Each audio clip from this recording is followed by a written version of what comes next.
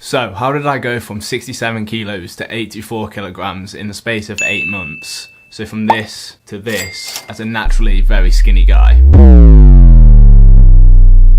Now, before this video starts, I just want to say, I know I'm not massive. However, I've always naturally been a very skinny guy. These past 8 months, I've been putting everything into building my body, and I just want to give out the tips which have worked best for me. I've mentioned this previously, but no disrespect to any of the big bodybuilders out there, but a lot of them have been blessed with such good genetics, and I feel in some ways my advice could be a little bit better than them, because it's coming from someone who's in the same position as you're in, and I'm just telling you from experience what's worked best and what hasn't worked. Throughout this past 8 months, I've increased my squat from 80 kilos to 130 kilos. You can see that my arms have definitely grown in size. So what I'm going to tell you in this video is my top 5 ultimate tips which has helped me gain weight. Let's do it.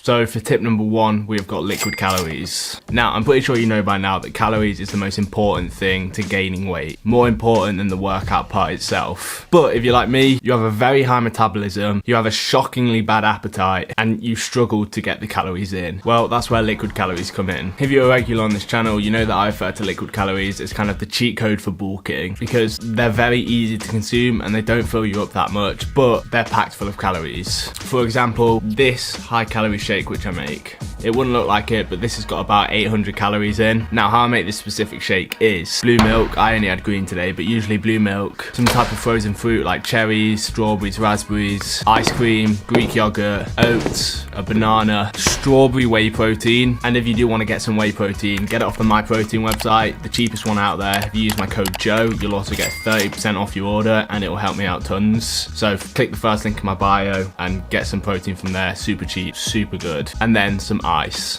Blend that all together, and you're left with this delicious shake. There may be a bit left in the jug, you can just drink that as well.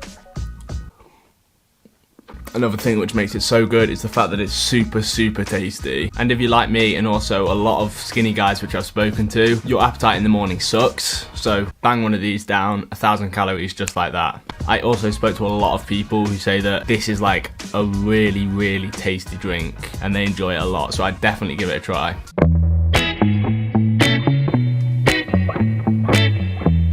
Next, we've got the workout program which worked best for me. I see a lot of people who went to the gym and, like I did, they were just focusing on like bicep curls, tricep extensions, which gives you a good pump and it probably feels the nicest. However, I don't think it puts on the most amount of muscle. I also did, and I see a lot of people do, the bro split, which is like chest one day, arms the next day, legs the next day, back the next day, shoulders the next day, and then the next week you do that again. Now, this means that you're only training your muscle groups once a week. A program split, which I'd recommend over that, is a full body split. Primarily the Jason Blaha 2.0, the Jason Blaha 5x5, or just any good full body split, which evolves around progressive overload with compound exercises. Now, regulars on my channel know that I mention a lot of this stuff that I'm going to talk about in the video a lot, but that's because it's just worked so well for me. This is the definition of progressive overload, and what it basically means is every session you'll go in, you're progressing your lifts in some way. So for example, one day you go in and you squat 80 kilos for 5 sets of 5 reps. The next session you go in, you want to squat 82.5 kilos for 5 sets of 5 reps. The next session, 85 kilos for 5 sets of 5 reps, and then so on and so forth. Now, in addition, these are compound exercises which are training many muscles while you're doing the lift. For example, the squat targets like that many muscles at one point, compared to the bicep curl, which only targets the bicep. So you're getting more bang for your buck when you're doing the lift. And then over time, you'll increase the lift a lot, you'll be a lot stronger on all the lifts,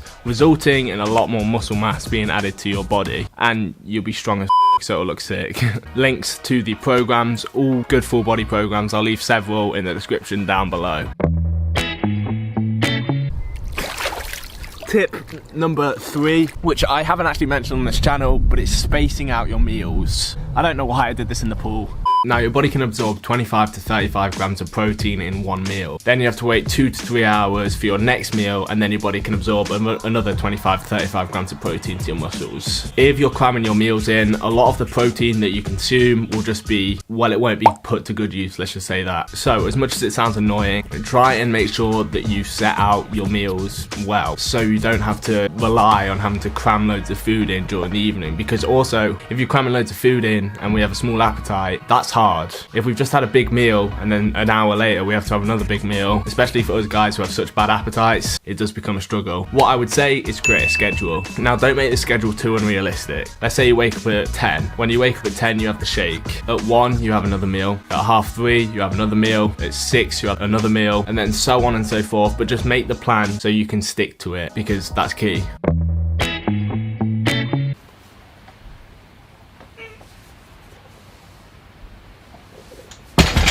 Okay, and tip number 4 is tracking your workout. Now, I've never mentioned this tip, and I honestly don't know why I haven't, because during this past 8 months, it has been just a routine for me to do, and it has helped out immensely. So what I mean on this is you're tracking every lift that you do when you work out. Most importantly, the compound exercises like the squat, bench, deadlift, pull-ups. All you need is your notes app. It's basically on every phone, or you can just get a notepad, whichever works best for you. And after you've completed a set of lifts, for example 3x5 on the bench with 60 kilos, you just type it in, 3x5 60 kilos, okay? And then you leave it until the next session you go in, and you can refer to your notes to see how much you need to be lifting. So you come in the next session, you look at your notes and you say, okay, well now I need to do 62 kilos for 3x5, and then once you've completed that, you put it into your notes again. Now, this seems super simple, and some people just say it's pointless, but after you've been working out for a bit of time and been doing this, it does get jumbled in your head what you're meant to be lifting. And referring to this, make sure that you get it spot on, and it shows that you're progressing constantly. So notes are a really good one.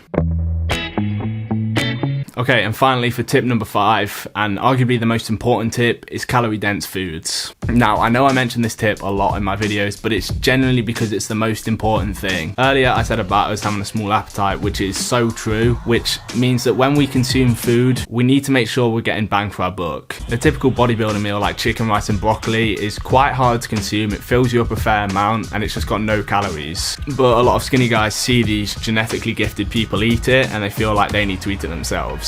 I made a specific video on calorie dense foods, which I'll leave in the description down below if you want to go check it out. It shows how to make all the foods which I want to mention. But some good foods are stuff like pesto pasta, which contains that many calories, protein French toast, which is super tasty, super easy to make, and it's full of protein and calories. It's got that many calories in. And another one is protein bars. Now, I'm not trying to plug these or anything like that. I'm just saying they've got like 200 calories in, which isn't that much. They've got 20 grams of protein, which is good. I can consume one of these in about 30 seconds. I have one of those every night, and it just adds an extra 200 calories plus 20 grams of protein. Making sure you get these calorie dense foods inside you will basically mean that you're consuming more calories overall, which means that you'll grow. So they were the 5 tips. I hope they help. Try and implement them into your work, making it still realistic. You may not be able to implement everything, but I hope I could help you out a little bit. Yeah, if you enjoyed, I'd appreciate it if you hit the subscribe button, also the like button. Cheers, guys. Yo, what's up, guys? Hope you're having a great day. As you can see, not that many people who watch the videos are actually subscribed to the channel. I'd really appreciate it if you could just hit the subscribe button. Yeah, cheers, guys.